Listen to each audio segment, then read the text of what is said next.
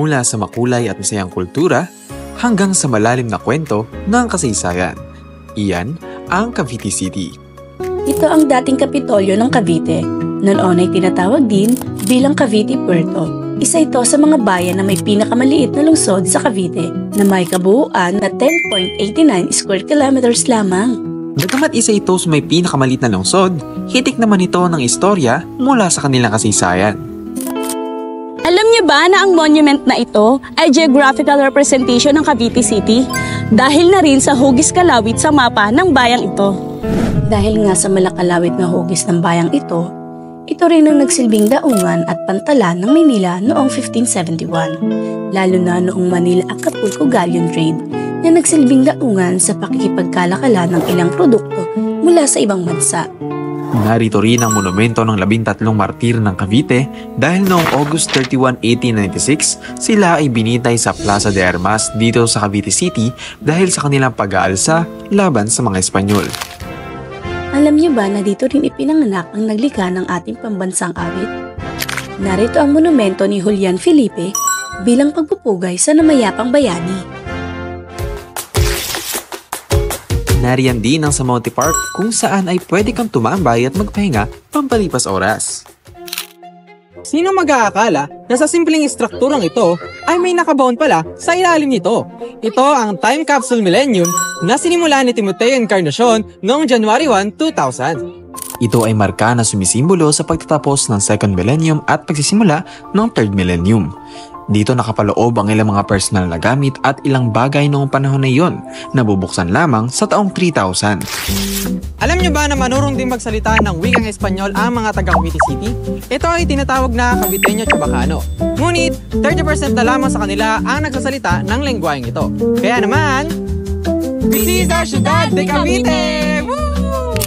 Hindi lamang sa kasaysayan hitik ang bayang ito, pati na rin sa kanilang masasarap na pagkain. Narito ang isa sa pinakakilalang pagkain sa Cavite City, ang bibingkoy. Binisita namin sa palengking ito ang karinderya ni Aling Ika na gumagawa ng bibingkoy simula pa noong 1927. Naabutan namin si Aling Chay na gumagawa ng masarap na bibingkoy. Sa halagang 50 pesos ay matitikman mo na ang kakanin na ito na pinagsama-samang bibingka, tikoy at ginataan. Hi guys, kumusta kayo? Nandito tayo ngayon sa Aling Ika's Karinderya dito sa Cavite City at titikman natin ngayon ang kanilang sikat na pagkain, ang bibingkoy! Ito ay mahigit 97 years na nilang ginagawa at kasalukuyang nasa 3rd generation na. Wow. So ano pa hinihintay natin? Tikman na natin!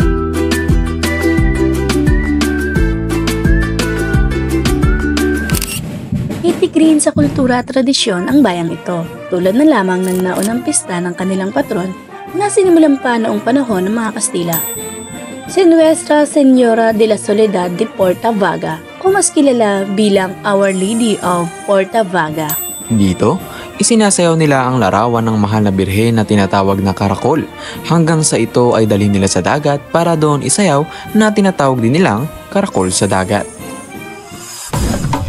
Isa din sa pinakamasayang pagdiriwang sa bayang ito ang taunan nilang basaan o Regada Festival na pinagdiriwang tuwing ika-24 ng Hunyo kasabay sa pista ni San Juan Bautista.